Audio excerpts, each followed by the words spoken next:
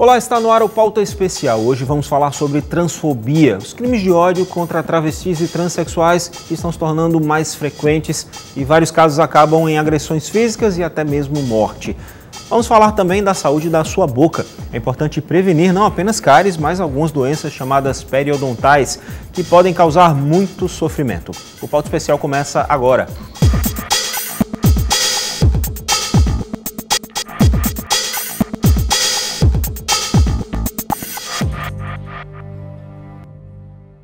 Com muita frequência, vemos na mídia e nas redes sociais muitos casos de intolerância e ódio contra as chamadas minorias. Negros, mulheres, homossexuais, entre tantas outras, são vítimas de preconceito. Infelizmente, esse tipo de atitude também é vista com frequência no mundo real. São comuns casos de desrespeito, agressão e até mesmo de morte contra essas pessoas. Os transexuais e transgêneros costumam ser um alvo constante desse tipo de atitude. São muitos os casos de transfobia todos os dias no Brasil e no mundo. Para falar um pouquinho mais sobre esse assunto, eu recebo aqui a professora de filosofia e ativista feminista Luísa Copiters. Bem-vinda ao nosso programa. Vamos começar qualificando a transfobia, o que é e quando ocorre. A transfobia é uma forma de ódio, de aversão, né, que uma pessoa pratica contra uma pessoa transexual. Então, uma pessoa que transitou de gênero, né, que não identifica o sexo que foi designado com o gênero, né, ela sofre uma série de violências, desde o campo psicológico até o campo físico, né, as agressões diversas, né, no dia a dia, uma porta de ônibus fechada, até as portas do trabalho também fechadas e fora a violência física que está sujeita. Né? Vai desde um olhar estranho até uma agressão de fato. Sim, é o dia inteiro, né? É quase que uma pária, é uma aberração na sociedade. Muita gente olha dessa forma, né? E aí isso pode descambar para um tipo de agressão física. Né? Mas não é só apenas a questão da agressão física, né? Você tem toda uma violência contra a pessoa transexual que faz com que muitas de nós nos recolhamos em casa, não consigamos ter família, né? Constituir as nossas famílias, conseguir ter um emprego, porque a gente tem que se proteger constantemente, né, de práticas sociais que são tidas como normais em relação a nós, né? Existe uma diferenciação, Luísa, entre a pessoa trans, o transgênero, o travesti? São conceitos que até dentro do próprio meio LGBT são discutidos ainda, né? São discutidos. Do meu ponto de vista, assim, não tem um consenso. A princípio, do meu ponto de vista, eu entendo que as travestis têm um sentido histórico, né? Desde os anos 60, elas já existiam. É um termo que existe só no Brasil para designar as pessoas que são transexuais, né? Mas tem um caráter político. Eram aquelas primeiras que lutavam contra a ditadura, que botavam a cara no sol. E muitas delas, né, se não todas, são aquelas que foram expulsas de casa desde cedo, não tiveram acesso à educação e tiveram que ir para a rua, para o campo da prostituição. Do meu ponto de vista, é a mesma coisa, uma pessoa travesti e uma pessoa transexual. Né? O termo transexual é importado dos Estados Unidos até. A questão é do ponto de vista histórico, né, da subjetividade. Então, quando as pessoas de classe média, como eu, começam a se assumir a sua identidade de gênero, elas até acabam querendo se descolar um pouco desse termo que é muito pejorativo na sociedade. Por isso que até tem um caminho político do qual eu faço parte que fala, não tenho problema de me identificar como travesti ou transexual. Né? Então, é mais uma questão política e histórica.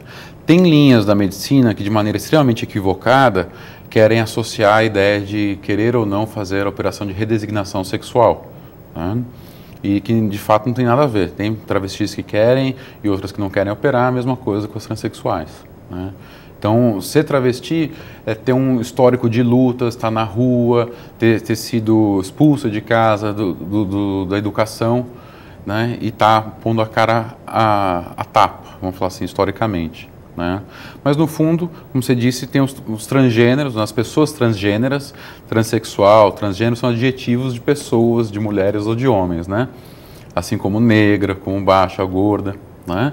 Então, o transgênero é um termo guarda-chuva para abarcar as várias formas de identidade de gênero, né? Então, por exemplo, no meu caso, eu sou uma mulher transexual, né?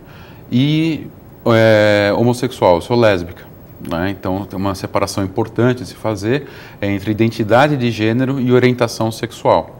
Orientação sexual é para quem que eu dirijo o meu desejo, não que eu escolha, né? A gente não escolhe para onde vai nosso desejo. Porque o termo é orientação, não é escolha, né? Não é escolha, Exato. não é opção, né? Ninguém teve a possibilidade de falar qual você quer. Você simplesmente tem um desejo para outra pessoa. Então, a ideia de orientação tem sempre uma relação com o outro. A ideia de identidade é a pessoa, como ela se identifica dentro da binariedade de gêneros, masculino e feminino. E tem pessoas transexuais, transgêneras, que estão fora também do binarismo, não se entendem nem como homem nem como mulher. Então, o transgênero serve para abarcar todos esses nomes, né? De qualquer forma, independente da nomenclatura dada, são todos cidadãos. Infelizmente, esse segmento que a gente está falando aqui é um segmento que sofre o preconceito, que sofre a transfobia diariamente. Sim. A gente vê, por exemplo, eu separei aqui 3 casos, eu vou citar ao longo da entrevista, mas que, de modo geral, são 3, mas eles fazem parte de um universo que ele é enorme. Sim. E muito comum, infelizmente. Por exemplo, a gente tem recentemente a Laura Vermont, que foi uma transexual, que ela foi assassinada e ela foi vítima de preconceito durante todo o processo e culminou na morte dela. O número de casos de morte no Brasil é muito grande. Começa pelo problema de saber quem está sendo... Quem é morto? A gente não tem uma avaliação. A polícia não faz distinção, por exemplo, de homofobia e transfobia. Né? Eu sofro transfobia por eu existir, né, por eu estar presente. Eu sofro homofobia se eu estiver com a minha namorada, por exemplo. Você não tem, então, dados para mostrar, para revelar qual o grau da violência. Você não sabe não tem nenhum censo da população trans para você desenvolver políticas públicas. Só para você fazer uma relação interessante, até esse ano foram assassinadas, não foram mortas, foram assassinadas brutalmente 73 travestis ou transexuais. O ano passado, no Enem, cerca de 94 pessoas pediram o nome social no Enem, ou seja, pessoas transexuais que não alteraram ainda os documentos, pediram a mudança de nome, na verdade, o uso social do nome. Né? Então você vê a correlação, o Enem são 8 milhões de pessoas inscritas, 90 e poucas pediram. 73 foram assassinadas até o meio do ano. Né? No caso da Laura Vermont, a gente organizou um ato, cerca de 2, 3 semanas depois do caso da Viviane Beleboni, que fez a ensinação crucificada de Cristo. Entre o ato da Viviane e o ato da Laura Vermont, teve 1 ou 2 assassinadas em 2 semanas. Né? Muitas das mortes praticadas pelo Estado, como é o caso da Laura Vermont. A Laura, ela, além de ter sido agredida por jovens, depois teve um atendimento, né? Não sei nem que palavra usar, mas os policiais que apareceram também com um despreparo total para cima dela, chegaram a atirar no braço dela, com medo de questão do sangue, de poder conter HIV, e depois, quando ela foi largada perto de casa, a mãe acolheu, foi para o hospital, o médico não queria atender, né? Essa travesti.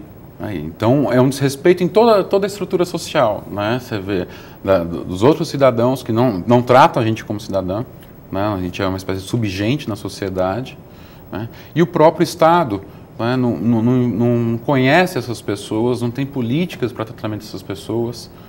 No fim das contas, se torna um reflexo da falta de políticas, né? Sim, sim. É difícil ser transexual no Brasil, eu falo no sentido de acolhimento do Estado. Sim, a questão do nome social, a questão do direito ao atendimento. Começa pelo nome social, quando você fala em nome social.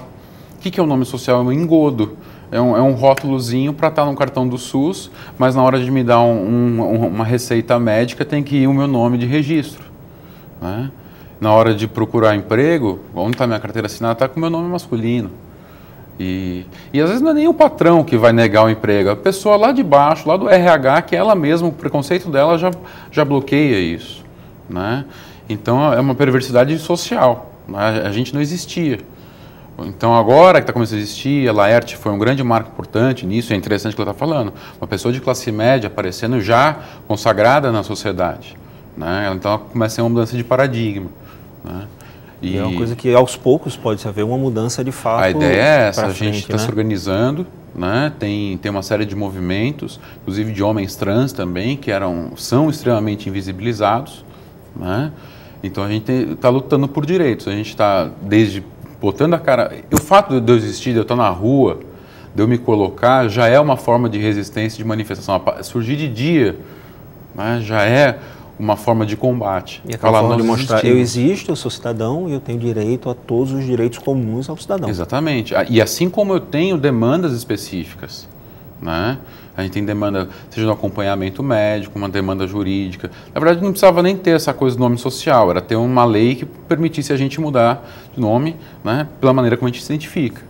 A gente fica refém do Estado, do aparato médico que não existe para a gente, para poder ter um mínimo de dignidade. O caso da Viviane Beleboni foi um dos que eu separei, junto com o da Verônica Bolina, que foi aquela transexual que ela acabou sendo desfigurada de tão forte que foram as agressões contra ela. No caso da Verônica, a gente viu circular nas redes sociais um hashtag, né? Todos somos Verônica. De repente é um esboço aí de uma possível mudança de mentalidade que possa estar aí querendo começar a surgir? Eu acho que sim, né? Eu acho que de um lado você tem uma articulação das pessoas, né? Pela internet as pessoas transexuais estão podendo se colocar de alguma forma, porque a mídia, a grande mídia no geral, ela é não só homofóbica, transfóbica, a gente não aparece, quando aparece uma transexual aparece no campo da prostituição, aparece como professora, né? Ou então naquele campo como algo exótico ou ridicularizado, como a gente vê em muitos programas de TV. Aquela coisa da caricatura, né? Então eu acho que tem pessoas com sensibilidade para se colocar no nosso lugar, né? Eu acho que a gente está vivendo um momento histórico também em que há uma reação conservadora muito grande ao fato da gente querer existir, ganhar direitos, né?